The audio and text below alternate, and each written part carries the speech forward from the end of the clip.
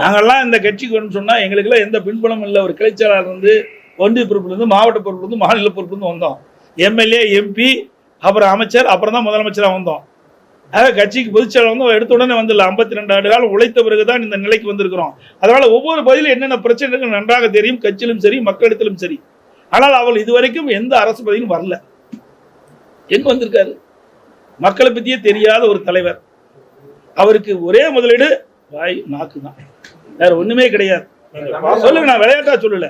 என்ன செஞ்சிருக்காரு அவர்? இந்த மாநில பாரதிய ஜனதா மாநில தலைவராக பொறுப்பேற்ற பிறகு தமிழ்நாட்டுக்கு என்ன கொண்டு வந்திருக்காரு, என்ன நிதி கொண்டு வந்திருக்காரு? இன்னைக்கு புயல் அடிச்சது, வெள்ளம் வந்தது, நிவாரணம் வாங்கி தர முடியல. என்ன செஞ்சார் இந்த தமிழகத்திற்காக? இன்றைக்கு கூட இன்னைக்கு இந்த மாநில அரசாங்கம் சரி, இன்றைக்கு நாங்கள் எதிர்கட்சி இருந்தாலும் மாநில உரிமைக்கு பாதிக்கப்படுகின்ற போது குரல் கொடுக்கிறோம். எதுவுமே இல்லையே. தன்னை முன்னிலைப்படுத்தி தான் பேசிட்டு இருக்காரு. அவருடைய எண்ணம் தன்னை முன்னிலைப்படுத்தி விளம்பரப்படுத்தி வர வேண்டும் என்றதான் எண்ணமாக எனக்கு தெரிய வருகிறது. இன்னைக்கு இருக்கக்கூடிய அதிமுக தன்னுடைய தன்மையெல்லாம் இழந்து, இதற்கு முன்பு புரட்சி தலைவர் எப்படி எல்லாம் இருந்தார்களோ அதையெல்லாம் தாண்டி இன்னைக்கு இருக்கக்கூடிய அதிமுக எடப்பாடி பழனிசாமி அவர்கள் தலைமையில் எப்படி ஆயிடுச்சுன்னா ஒரு பிட்டிங் ஏஜென்ட் பார்ட்டியாக மாறி இருக்கிறது. டெண்டர்ல போடுவாங்க, ஹையஸ்ட் டெண்டர் லோவஸ்ட் டெண்டர்னு போடுவாங்க. அதுபோல் ஹையஸ்ட் டெண்டர் கட்சியாக எடப்பாடி பழனிசாமி அவர்கள் அதிமுக வழிநடத்தி கொண்டிருக்கிறார். இந்த கருத்தை பேச வேண்டாம் நினைச்சேன். காலையிலே எடப்பாடி பழனிசாமி அவர்கள் என்னை பற்றி சில கருத்துக்களை சொல்லியிருந்தார்கள், கட்சியை பற்றி சில கருத்துக்கள் சொல்லியிருந்தார். யாரையோ பிடித்து பதவிக்கு வந்த அண்ணாமலைக்கு என்ன தெரியும்? உழைக்காமலே பதவிக்கு வந்த அண்ணாமலைக்கு என்ன தெரியும்? அண்ணாமலைக்கு இருப்பது வாயும் வாக்கும் தான். அவர் மைக்க பார்த்தாவே பொய் பேசுவாரு அப்படின்னு எடப்பாடி அவர்கள் சொல்லி இருக்கிறார். அதற்கு நான் கருத்து சொல்லவில்லை என்றால் தவறாக போய்விடும். காரணம், நாளைக்கு நான் ஒரு 3 மாத காலம் வெளியே படிக்க செல்கின்ற காரணத்தினால இதே கருத்து தமிழகத்துல 10 முறை சொன்னீங்கன்னா அது உண்மையாயிருக்கும். அதனால இந்த கருத்துக்கு பதிலடி கொடுக்க வேண்டிய கட்டாயத்தில் நான் இருக்கு. அண்ணன் எடப்பாடி பழனிசாமி அவர்கள, உங்க ஊர் சிலுவம்பாளையத்துல ஒரு மர்டர் நடந்தது. பங்காளிகளுக்குள்ள சண்டையில ஒருவர் கொலை செய்யப்பட்டார். கொலை செய்யப்பட்ட பிறகு அதே சிலுவம்பாளையத்தில் ஒருத்தர் கைது செய்யப்பட்டார். அதன் பிறகு சிறைக்கு போனார்.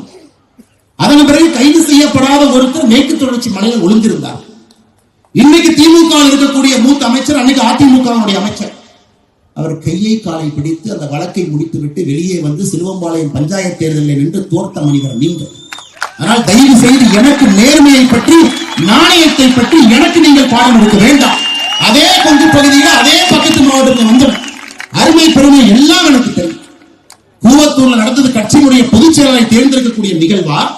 கூவத்தூர் நடந்தது அலங்கோவன். ஒரு புரட்சி தலைவர் நடத்திய ஒரு கட்சி, தமிழகத்தில் திமுகவுக்கு மாற்றாக இருக்க வேண்டும் என்று தமிழக மக்கள் நினைத்த ஒரு கட்சி. கூவத்தூர் நீங்க என்ன அநியாயம் பண்ணி இஎம்ஐ டெண்டர் சிஸ்டத்தில் கட்சியினுடைய முதலமைச்சரை தேர்ந்தெடுத்து ஹையஸ்ட் பெற்றாக எடப்பாடி பழனிசாமி, மீடியம் பெற்றாக கொங்கு பகுதியில் இன்னொரு அமைச்சர், லோவஸ்ட் பெற்றாக தென் தமிழகத்தில் ஒரு அமைச்சர். என்ன பெற்றீங்க? எந்த எம்எல்ஏவுக்கு மாசம் என்ன பணம் கொடுக்க வேண்டும் என்பதுதான் கூவத்தூர்ல இந்த பிட்டிங் முறை. அதன் பிறகு தவழ்ந்து காலில் விழுந்து பதவியை பிடித்த எடப்பாடி பழனிசாமி தன்மானமிக்க ஒரு விவசாயியுடைய மகனை பச்சையின்றி 10 ஆண்டு காலம் கையெழுத்து போட்டு ஒரு பைசா வாங்காத அண்ணாமலை பற்றி சொல்வதற்கு எடப்பாடி பழனிசாமி என்கின்ற தரப்பிற்கு எந்த விதமான அதிகாரம் கிடையாது. இது அகந்தை.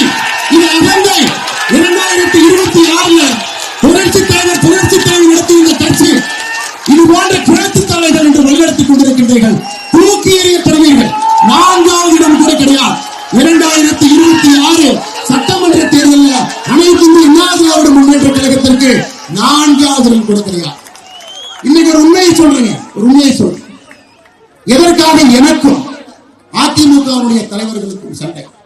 இதெல்லாம் தனிப்பட்ட வாக்கியால் பிரச்சனை. மேடையில் நிறைய தலைவர்கள் இருக்கிறாங்க, அதிமுகவோடு கூட்டணி வேண்டும் என்று சொல்லக்கூடிய தலைவர். எனக்கும் அதிமுகவுக்கும் வாக்கியால் பிரச்சனையா? நம்முடைய கூட்டணியில் இருக்கக்கூடிய தலைவர் எடப்பாடி பழனிசாமி அவர்களை தொலைபேசி மூலமா கூப்பிடுறாங்க. 2019 வாரணாசியில மோடி அவர்கள் வேட்புமனு தாக்கல் செய்ய போறாங்க. எல்லா முதலமைச்சர்களும் கூட்டணி கட்சியினுடைய முதலமைச்சர்களும் அங்க போறாங்க, நீங்களும் வாங்க நான் போலாம். அதற்கு எடப்பாடி பழனிசாமி சொன்ன பதில் என்னன்னா, தோற்க போகிற மோடிக்காக நான் எதற்கு வாரணாசிக்கு வர வேண்டும் என்று சொன்ன பதில். இல்லை என்று எடப்பாடி பழனிசாமி சொல்லட்டும்.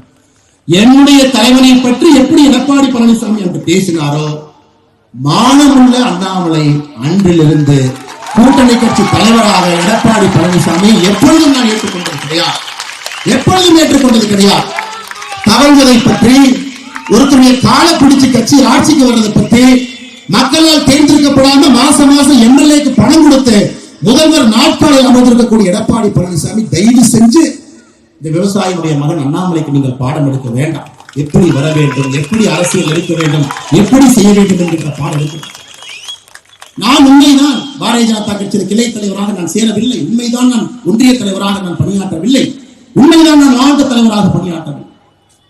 நான் இந்த கட்சியிலே உங்களை போல தொண்டராக சேர்ந்தது முதல் 2 திராவிட கட்சிகளையும் அப்புறப்படுத்த வேண்டும் என்பதற்காக, இரண்டாவது மோடியினுடைய ஆட்சியை தமிழகத்திற்கு கொண்டு வர வேண்டும் என்பதற்காக. 2 தான். ஒருவருக்கு பாரதிய ஜனதா கட்சியில ஒரு ஈர்ப்பு இருக்கு.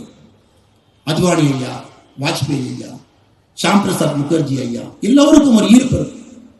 தேசியம், ஆன்மீகம், தெய்வீகம், வலிமையான ஒரு கட்சி, இந்த நாட்டை வழிநடத்தக்கூடிய கட்சி, நான் கரப்ட் பார்ட்டி, பெண்களுக்கு முதல் மரியாதை கொடுக்கக்கூடிய ஒரு கட்சி, சாதாரண மனிதனை தலைவராக்கக்கூடிய கட்சி, எல்லோருக்கும் பாரதிய ஜனதா கட்சியின் மீது ஒரு பார்வை இருக்கு. எனக்கு பாரதிய ஜனதா கட்சியின் மீது இருந்த பார்வை, தமிழகத்தில் 2 திராவிட கட்சிகளையும் தூக்கி எறிய வேண்டும் என்றால் அதற்கு பாரதிய ஜனதா கட்சியால் மட்டும்தான் முடியும். இந்த கட்சியிலே தொண்டனாக சேர வேண்டும் என்பதற்காகத்தான் இந்த கட்சியில் நான் தொண்டனாக சேர்ந்தேன்.